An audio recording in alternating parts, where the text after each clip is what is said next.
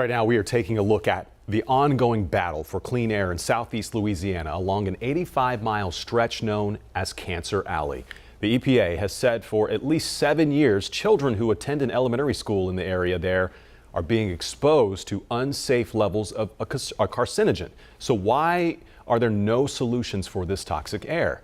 NBC's Cynthia McFadden investigates. 4-year-old George says he loves going to school at 5th Ward Elementary in Reserve, Louisiana. But according to the federal government, going to school here could be shortening George's life, as well as the lives of his 400 or so, primarily black, classmates. One of your neighbors says it's like sending the kids to a gas chamber every Exactly.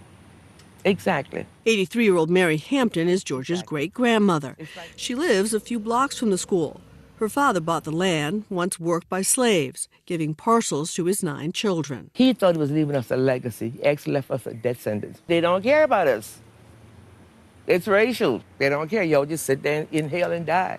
Hampton and her lifelong friend Robert Taylor have been fighting to have the kids moved from the school.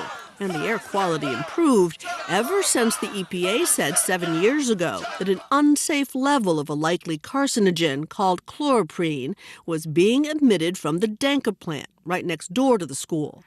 Denka makes a rubber used in wetsuits and other products, the only plant of its kind in the country.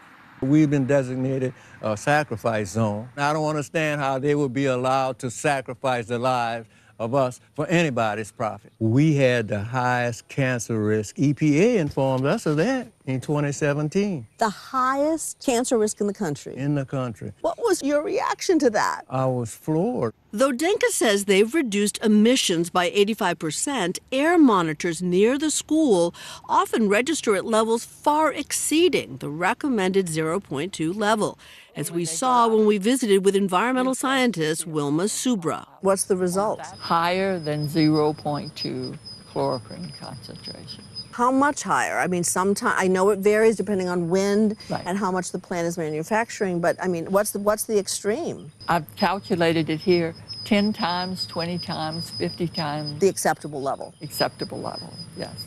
Nevertheless, neither the state of Louisiana or the EPA has forced the plant to comply with the 0.2 recommendation or ordered the children moved, nor have members of the local school board.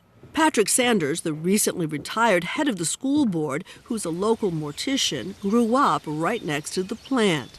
Many of his neighbors have died of cancer, including his father and sister. He's fighting cancer for the second time. There are going to be a lot of people sitting at home going, hold it a second. Why wouldn't you at least move them as far away from that plant as you could? I would agree with those people for the safety of those kids. But you didn't do it.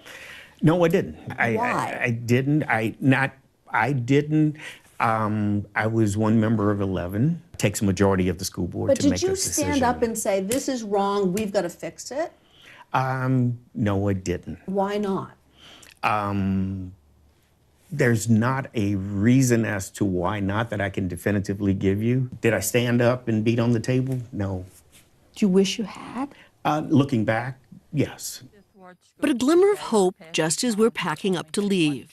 The EPA sent us an email.